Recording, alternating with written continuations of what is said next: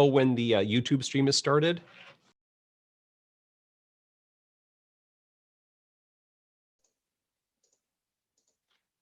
Yes, Mr. Chair, the YouTube has started so that you can begin right at 5:30.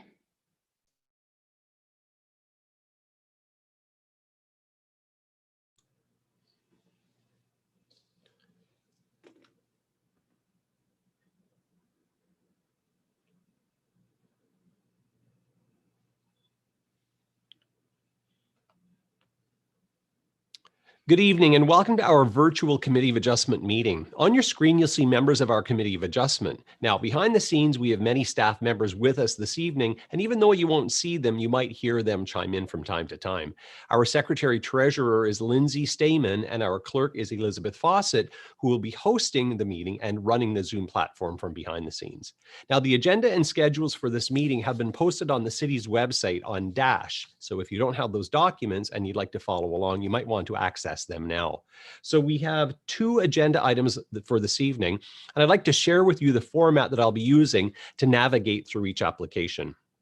I'm going to start by introducing an application, and then I'll give each applicant or their agent an opportunity to add anything further. If you are the applicant or the agent and you have nothing further to add, then just simply say so. Next, I'm going to invite members of the committee to ask questions of either the applicant or staff, and then I'll open the public portion of the meeting. At that time, I'll invite members of the public to raise their virtual hand in Zoom only if they have questions or wish to make comments in respect of the application. Now, if you do have a question or if you wish to make a comment, please don't expect an immediate answer, because it's during this public portion of the meeting that we are going to be recording your questions and comments, and only after I close the public portion of the meeting will the questions and comments be addressed by the applicant, their agent, or staff. And then next, I'm going to invite the applicant and or staff to address the public comments, after which I'll come back to the committee, ask for a motion, and then we'll deliberate on the application. At that time, if you're the applicant, feel free to leave the meeting. Now, I'm going to be using the same format for each application this evening, and that's pretty much it in a nutshell. Now, if you have a personal interest in any particular application and you'd like to receive written notice of tonight's decision, then please send an email with your name and address to our Secretary Treasurer, Lindsay Stamen. Her email address is lsthamann@cityofkingston.ca. So now I'll call the meeting to order at 5:32 p.m. and I'll refer you to the agenda. So committee members, can I please call for a motion to approve the agenda? Okay, so moved by Paul and seconded by Greg. Any discussion? So all in favor, raise your hands. Mr. Chair, if I can just ask that the addendum be added as well, please. Yes, so Paul, Thank you're you. okay. And I think everybody did receive the addendum? Okay, so we're good. Thanks very much, Elizabeth. Okay, so that's move. Okay, and now we'll look for the confirmation of the minutes of the January 18th meeting. I'm assuming everybody's had a chance to review them. I know I have. So can I call for somebody to move to approve those minutes? So moved by Somnath and seconded by Paul. Any discussion? So all in favor, raise your hand. And that's unanimously carried. Okay, so this evening, are there any any disclosures of pecuniary interest on the two applications? If there's not, just shake your head no. And I see everybody shaking their head no, so that's good. There are no requests for deferral, and we have no returning deferred items. So the first piece of new business that we have is an application for the property is 370 Brock Street. Can I have you please read this into the record for us, Lindsay? Through you, Mr. Chair, our first application tonight is for minor variance at 370 Brock Street.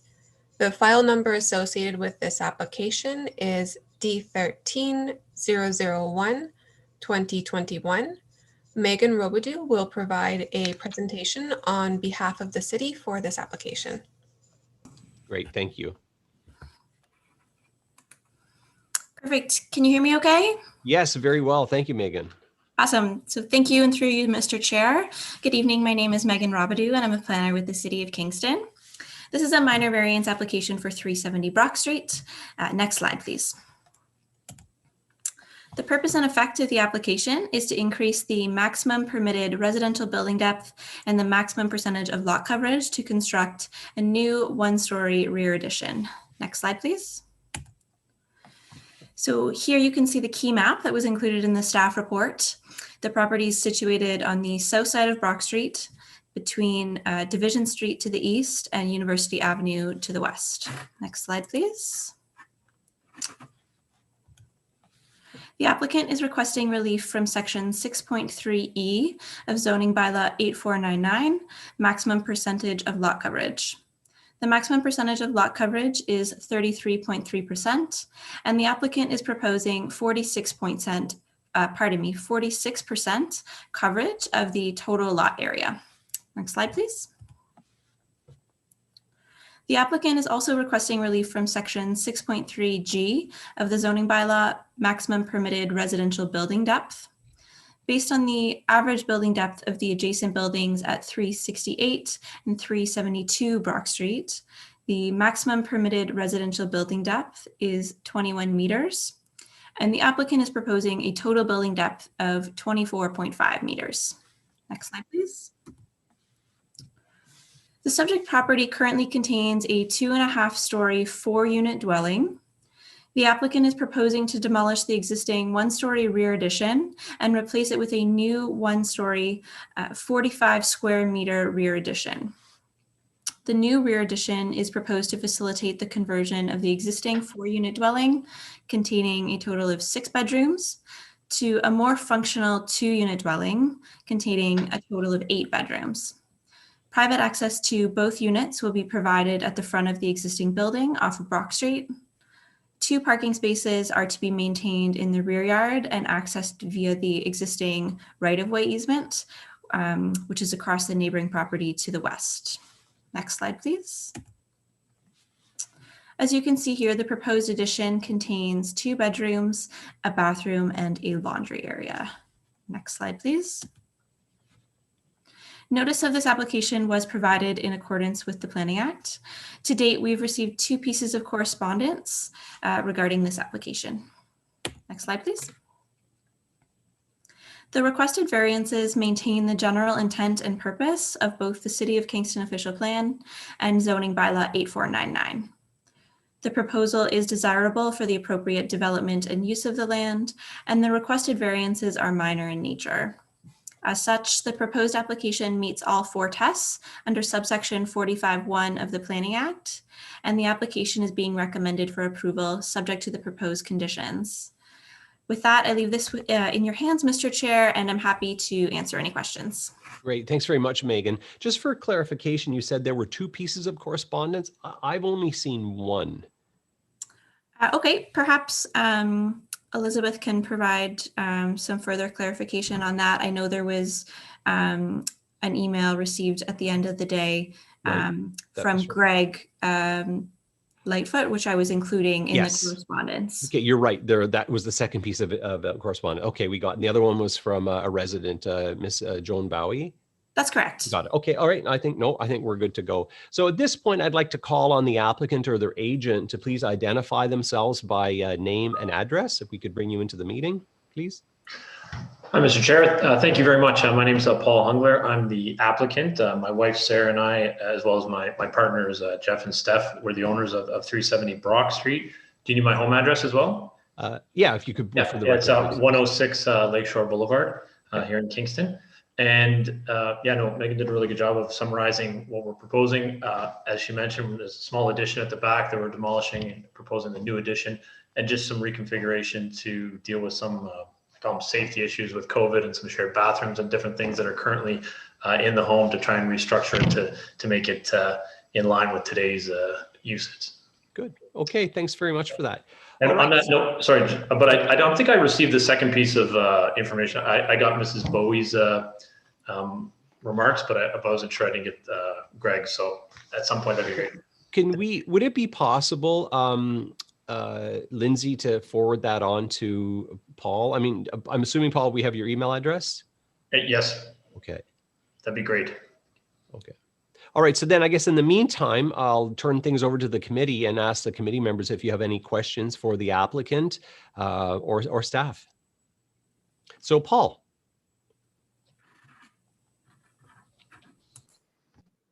Thank you, Mr. Chair. My question is really to staff, and it's concerning variance number 1 around percentage of lot coverage. I'm curious if there's any other lots on Brock Street that have a similar lot coverage, and if so, if they could point it out on the map. Thank you. Good, thank you. Thank you, and through you, Mr. Chair, I'm happy to address that question. I would have to take a closer look at individual lots to point to others that have perhaps the exact same percentage of lot coverage. But what we have looked at in this case is that the side yard and front yard and rear yard setbacks, how those are being met. The existing building that is on site is legal non-complying in that it was fairly old, as many of the buildings in this area are, and so it doesn't comply with some of those setback provisions of the bylaw today. However, the proposed addition at the rear is in compliance with those setback requirements in terms of side yards and rear yards. And so when you look to, I believe it's the building that's located immediately east of the subject property, you'll note that the rearmost wall of that building is relatively in line with where the proposed rear wall of the addition would be. So the building depths of those two structures would be almost exactly the same based on the proposal. And as I noted, in terms of side yard setbacks, they would be in compliance. But if required, we're happy to do a further review in terms of lot coverages in the area for comparable properties. Okay, good. So, Mr. Chair, I thank you, staff, for that. I'm just, when you're saying that the lot immediately to the east, is that 368 on the map? Yeah, okay, so it'd be a similar lot coverage as the neighboring property, is what you're saying? That's correct. Okay, thank you. Yeah, and I would certainly invite the applicant to speak to that further if they like. I know that was very much their intent in the design of the addition, was to be in keeping with the rear building wall of their neighbor. Yeah, that's exactly correct. So we designed, and whatever we put forward, the addition put forward is supposed to be in line with our neighbors, just to make it identical depth. Okay. Thank you. Good. Any other questions from the committee members for the applicant or staff? I just had one. It was more of a point of clarification. I think it was in the data, but I wanted to be sure it was pulled out here at the meeting. What is the current lot coverage with the existing addition? Because I understand the existing addition is coming down, and I just wanted to know what the difference in increase in lot coverage would be. Maybe for you, Mr. Hungler? Or... Yeah, my understanding, so the existing lot coverage is 33.3%, I believe. I'd have to go back and pull it out, and then to the increase that we're at now. So I believe what we currently have with the addition there is almost exactly in line with the zoning bylaws. So we'd be asking for a little bit extra, but I think it's just at that point a little bit more. Maybe I'd have to go back, but maybe Megan can jump in as well. I can speak to that a little bit. Yeah, so the zoning bylaw currently requires 33.3%. I suspect that the existing dwelling with the existing rear addition would be a little bit above that, and I'm happy to confirm exactly what that number would be. Paul, and I believe it's in the report, and so I'll do a quick search. But Paul, do you know offhand the approximate size of the existing rear addition? Well, I'll call on Tim. I see, Tim, you have your hand raised. Maybe you might chime in on this as well. Through you, Mr. Chair. If you refer to Exhibit G in the report, first page of that, the property data information's right there. That's page 19 of the yes, thank you. Package, yeah. Sure. And it says that the footprint of the existing building, including covered porches, is 36.3%, which is exactly what Ms. Rubidoux was saying, that it's a little bit above the zoning bylaw permission. And then with the net new addition, there's approximately a 9.6% increase, taking the overall coverage up to what is being requested through the variance. Okay. Yeah, Just I see that verifying now on that number, exhibit. which is 46%. Okay, good. And that's what I was really looking for, to see how it would change. Okay, good. I don't have any other questions. So committee members, any more questions at this point? I don't see any. So what I'm going to do now is open the public portion of the meeting. And I'm going to ask, are there any members of the public with us this evening who wish to speak to the application for 370 Brock Street? Please raise your virtual hand in Zoom. And I'll call for a second time. Are there any members in the gallery who wish to speak to the application for 370 Brock Street? Please raise your virtual hand. I'll call one third and final time. Does anybody here wish to speak to the application for 37 Brock Street? Please raise your hand in Zoom. And I'm not seeing anything. So what I'll do is I'll just come back to the committee for a motion. Okay, so moved by Paul and seconded by Somnath. And any discussion on this? No, I'm satisfied that certainly what I see here satisfies the criteria for a minor variance. That's what I was fishing for. So, okay, so were there no other comments? So then I'll call all in favor, raise your hand. And that is unanimously carried. Thanks very much. Thank you, Gary. Thank you. Yeah. Thank you.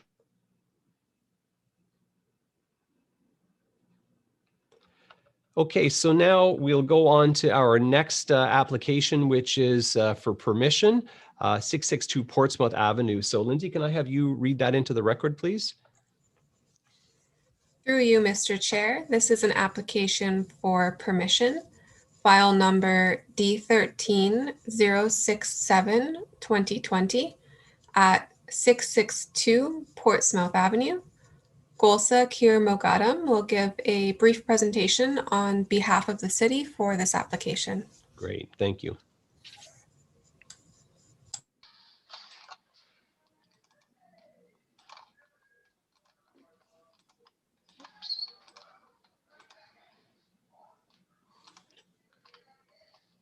Hello, everyone. Hi, Golsa. Thank you for waiting, because I cannot see the PowerPoint presentation for some reason. Okay. Just give me a second, please. Sure, no problems. All right. So through you, Mr. Chair, so the application is for permission for the property at 662 Portsmouth Avenue. Next slide, please.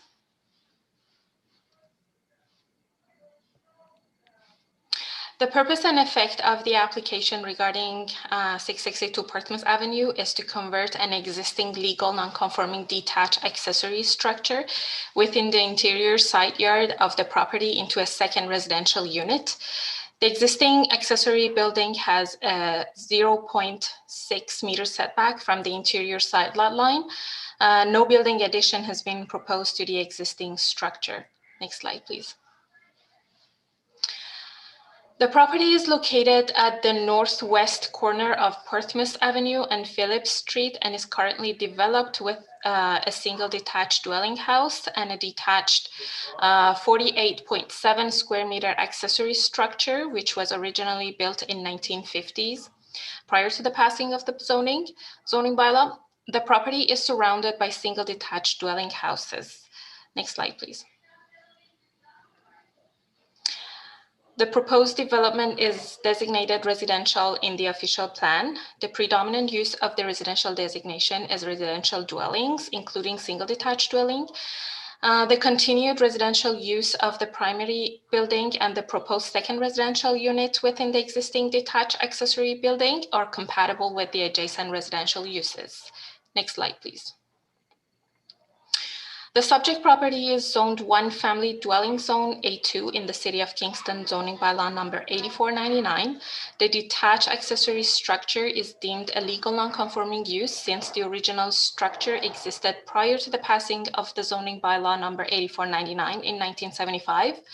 The application for permission meets the tests established under section 45(2) of the Planning Act. Next slide, please. As per the zoning bylaw, a detached second residential unit may be located within an interior side yard, provided that solid privacy fence with a minimum height of 1.8 meter is established along the side lot line extending to the nearest part of the primary dwelling unit, measured to the front lot line. Since the subject property is a corner lot, it is considered to have 2 interior side yards, and therefore the privacy fence will be required along north and west property lines. There is an existing paved area in front of the primary dwelling, which shall not be used as parking in the front yard. As you can see in the proposed site plan, that area of the parking should be removed from the front yard to comply with the requirements of the zoning bylaw. Next slide, please. The requested application for permission is consistent with the general intent and purpose of both the City of Kingston official plan and zoning bylaw number 8499. Approval of this application will allow for the conversion of a detached accessory structure into a second residential unit. The proposed use, lot coverage, and height of the accessory structure is in keeping with the intent of the zoning bylaw and represents appropriate and desirable development of the lot and will be functional for the continued residential use. Therefore, the application is being recommended for approval subject to the proposed conditions. Thank you. Great. Thank you, Golsa. So at this point, I'd like to call on the applicant or their agent to identify themselves by name and address, please.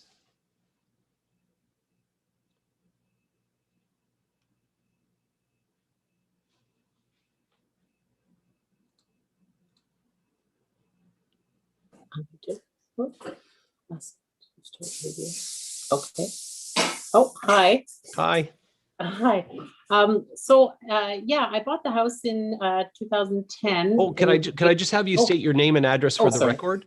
Jesse Corcoran, Okay. 662 Portsmouth Avenue. Sure. Kingston, Okay. Ontario. Thanks. And yeah. I bought the house in 2010, and at which time there was a pretty rundown shed garage that was dangerous and at risk of falling down. So I sought out at the time to have it demolished, but was advised that I could get a repair and replace permit so that I could rebuild it to the same dimensions and 2 feet from the property line. So I did that as a single mother. Finances weren't easily available to me, so it took a while for me to get it up and running. But once I did that, that was my intention as a garage. And then in 2018, when the city changed the zoning bylaw to allow for secondary dwellings, that gave me some inspiration to perhaps have some income for myself. At the what was I going to say? So I carried on with all my due diligence with getting the permits and so forth. But we just run into this hiccup about a secondary dwelling not being able to be 2 feet from the property line. So that's why the variance application is being brought forward. Okay. Now, there was one piece of correspondence that we've received. We just received it late today. I'll just confirm that you've seen it. I do believe it was from, it was an email from Vasant Mahatre. Have you received a copy of that? I have received a copy of it, yeah. Okay. So what they've alleged here is that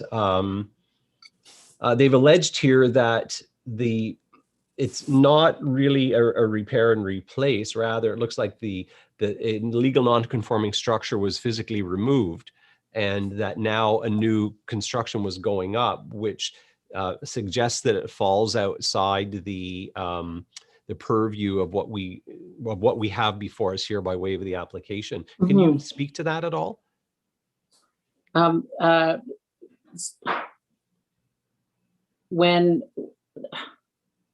Could you just repeat like what the question is? Sure. So what we have here is an application for the conversion of an existing legal non-conforming structure, and that probably it's almost relatively straightforward. However, there's no structure there, And sort of under the rules, and I think I'll defer here to Tim Park, but once a legal non-conforming structure either ceases use or is physically removed, as it has in this case, then the legal non-conforming status no longer applies to that property.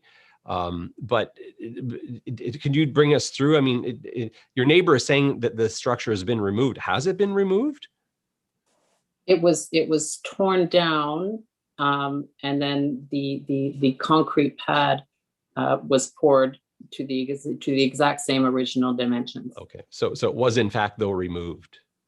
Yes, it was. Okay, it was. Okay, and that's sort of what we're looking at. So, okay, well, what I'll do is we'll carry on. What I'm going to do is move forward, and I'll turn it over to the committee for their questions, and we'll have staff, chime in on this as well, and then we'll kind of work through the process. So, Okay. Committee members, do you have any questions for the applicant or for staff about this application? Yeah, Greg.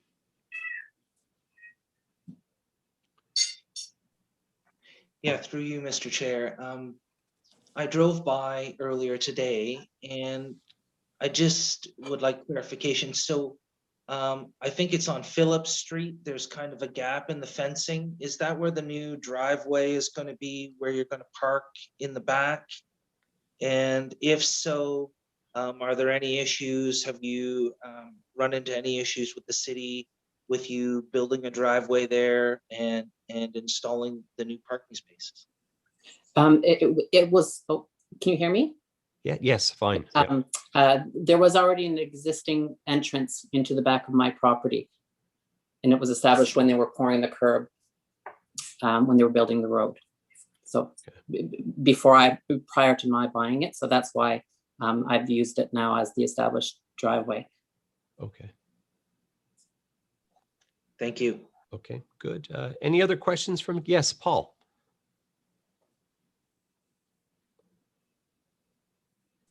Thank you, Mr. Chair. To your, and maybe I could just, this is to staff, and this is to the point, was the structure actually up when they did their assessment of this application? And if so, what sort of considerations did they take? If the structure was not up, does this still meet the bylaw, if you will? Yeah, through you, Mr. Chair. So I should provide some clarification and go back to 2013 when a building permit was issued to repair the old structure.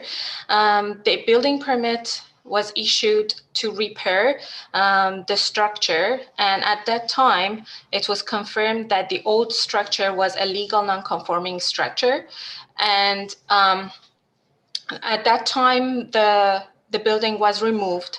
It is not clear to us whether it had a compact gravel foundation or a concrete foundation at that time that had to be replaced, but that was done as part of the repair of the old structure. But the work took several years. I think it took about 3 or 4 years, or even more than that. But once a building permit is issued to repair a legal non-conforming building, the legal non-conforming status of that building will be reserved for the duration of the work. So when the applicant submitted a new application to convert the accessory structure to a secondary unit, it still had the legal non-conforming status. And so this application that we are currently working on is actually to allow for the conversion of the illegal non-conforming building that has reserved the status for so many years to a second residential unit. So Mr. Chair, just to follow up to Yes. that. Yes. So there is no sunset clause on that building permit. You mentioned it took a few years from 2013 to pretty much today. So there is no sunset expiry date on that permit. No, through you, Mr. Chair, as far as we know, there is no expiry date for the building permits. Okay. Okay. And there is a new building permit for the renovation, and everything is gonna be reviewed again as with respect to the building code. And I would also wanted to mention that as for the second driveway going to the rear of the property, that proposal has been reviewed by building department and engineering services, and there hasn't been any issues raised by engineering staff or the building staff. Thank you. Good. Okay, any other questions from the committee members? And I just had one, it was more for clarification. So the parking, so all I really have this on is on Exhibit E of the agenda package. And I believe it's the second last or third last page. It shows an aerial photo of the property, and it shows the parking in front of the house. And so I understand that Golsa, you were saying that parking is going to be removed. Maybe this is a question for the applicant. What's going to be, what's going to replace the parking? What are you going to put down in place of? It looks like pavement currently. Yes, it was originally paved as such. So I'm going to be making arrangements to have concrete planters put there in its stead, and make kind of like a sitting area of some sort. Will the pavement be removed? No. The pavement's going to stay there, but you'll put concrete planters on. Yes. Correct. Okay. Okay, that's all I have. So if there are no other questions from the committee, I'll actually open up the public portion of the meeting. And do we have any members of the public here this evening who wish to speak to the application for 662 Portsmouth Avenue? If you do, please raise your virtual hand in Zoom. And I do see one coming up. I see a couple actually. So first one I have is Kiran Matre. If you'd like to just identify yourself by name and address. Hello, my name, can you hear me? Yes, very well, thank you. Good. My name is Kieran Mothray. I'm actually representing my parents who live on Phillip Street. Okay. They've had some trouble dialing into the Zoom call. So as you mentioned earlier, they had put some questions forward on this application. So I just wanted to get some clarifications for them. So I understand that there was a permit for repair in 2013, but I guess the structure itself wasn't, it had already been demolished prior to that. And so I guess the question is it seems like it's suggesting that that's in keeping with the intentions here, and I'm okay with that, but I question why a new structure would have been allowed to be completely rebuilt so close to the property line. I'm just taking notes here.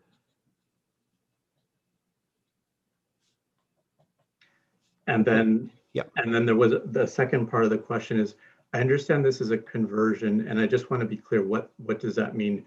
Is there any further work on the building to convert it to a residential structure? From view of it, it looks like it's already a residential structure. Okay. And any other questions? No, those were the two main ones. Okay, all right. And so I'll ask if there are other members of the public here to speak to the application for 662 Portsmouth. And I do see another one here from Bonnie Stewart. Bonnie, if you could identify yourself by name and address, please. Hi there, Bonnie Stewart, 272 Phillips. I guess I just wanted to clarify a couple of things too. They've already been, they may have already been clarified. Okay. So I live directly across the street from the Matres. It's unfortunate that they couldn't get on the Zoom meeting because I know that Vijay Shri was actually trying to rush in to get on the meeting. I just wanted to, yes, it was completely torn down. I saw it happen, new pad completely poured. My two questions would be, and this structure was completely rebuilt new. I am concerned about the driveway on the Phillip Street side, just because of traffic. it's quite a pedestrian type of street where a lot of people actually walk down to the conservation area at the end of the road. The other thing is when they were doing the pad build, it seemed like they were actually digging in and doing plumbing, like digging down through the soil with backhoes. Just wondering if that was permitted or how that happened. But yeah, just more of a concern about the driveway. And it does seem like it was already built as a residential building. Okay, good. And any other points, or is that it? No, I think that's it. So plumbing, definitely not a rebuild. It's a complete tear down rebuild in the driveway. That's it. Okay. Great. Okay, so I'll call again. Are there any other members of the public or anybody in the gallery who wishes to speak to the application for 662 Portsmouth Avenue? Please raise your virtual hand in Zoom. And I'll just call one last time. Is anybody here to speak to the application for 662 Portsmouth Avenue? Please raise your hand, and I'm seeing none. So what I'm going to do is turn it over to the applicant and staff to address some of these questions. So who wants to go first? Either Golsa or Jesse? Golsa, okay. Through you, Mr. Chair. So to answer Kieran's question regarding the demolition, I would actually like to get some information from Jesse on that regard, because we were not able to locate any demolition permit on our system. And I believe that's because it was back in 2012 or 11. And at that time, everything was paper, and we did not make records of everything. So, but that does not necessarily mean that a demolition permit was not obtained at that time. So I cannot speak to that, and I would like to ask Jesse to clarify that part. Okay. And maybe Jesse, we'll just have you clarify that now at this point. Oh, Jesse, you're muted. If you could just unmute and start over again. No, you're still muted. Yeah. No, Jesse, if you're muted. We can't hear you. There we go. Okay. There we go. Yeah. Okay. So when I bought the place, this is in 2010, and as Golsa said, everything was done on paper. I sought out to get a demolition permit first with Darren from the city of Kingston, and he said, is your intention to build another garage like afterwards? And I said, yes. And he said, well, you can have a replace and repair permit that will encompass everything. And its proximity to the property line was addressed because if I acquired a demolition permit and then applied for a building permit, it would have to be conforming to the 4 feet. But under the repair and replace, I didn't have to. And that lined up perfectly with my driveway, because my intention was to rebuild another garage. I also had painted my house black, and I wanted my garage to resemble as closely as possible my house, and like and so that's basically what I did. But now the second question that I believe Bonnie asked about the backhoe, there were 2 giant trees that were wedged up close to the original garage that I had to have a backhoe dig that up. But there was no plumbing done when there was pouring of the pad. Oh, so you confirm there's no plumbing that was put in at that time? No. Or even now? There was a plumbing permit that was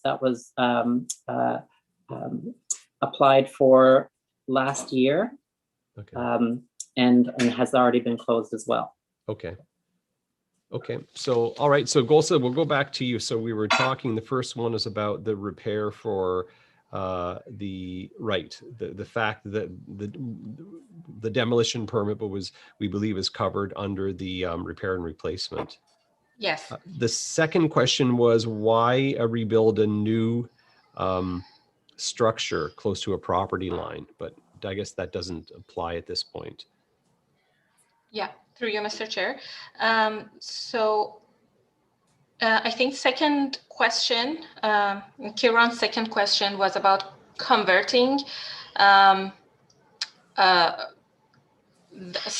think he believes that the structure is currently being used as a second residential unit.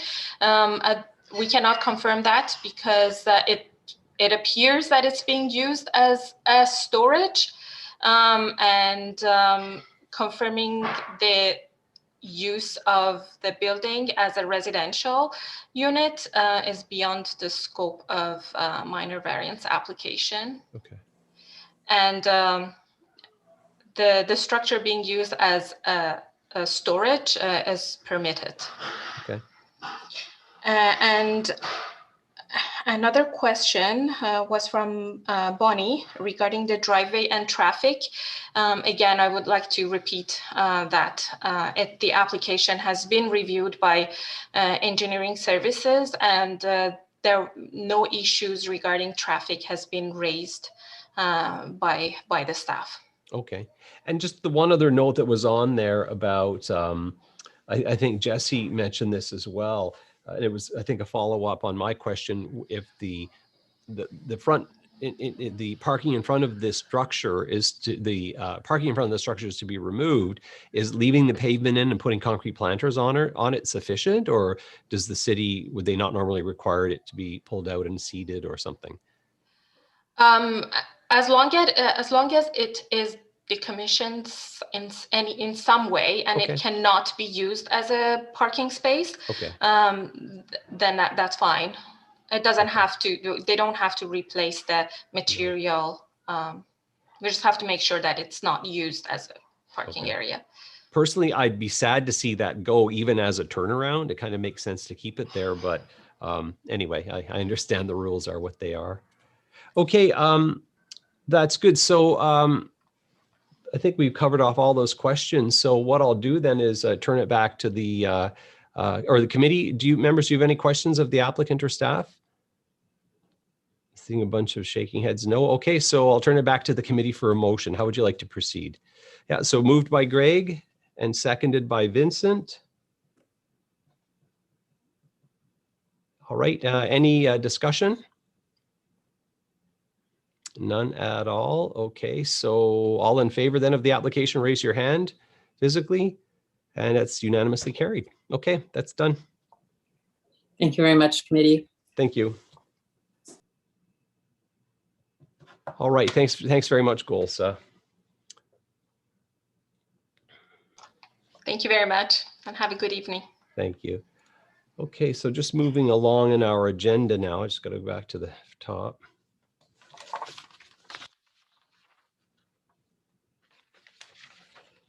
So we have no motions this evening and no notices of motion. Any other business that you wish to bring up? I don't see anybody here. Okay. And we did receive correspondence, but of course that was brought in at the beginning of the meeting. The next meeting is scheduled for March 22nd, 2021, 4 weeks from today. And now I'm just looking for a motion to adjourn. So moved by Paul and seconded by Greg. All right, and all in favor, raise your hands. Unanimously carried at adjournment at 6:13 p.m. Thanks, everybody.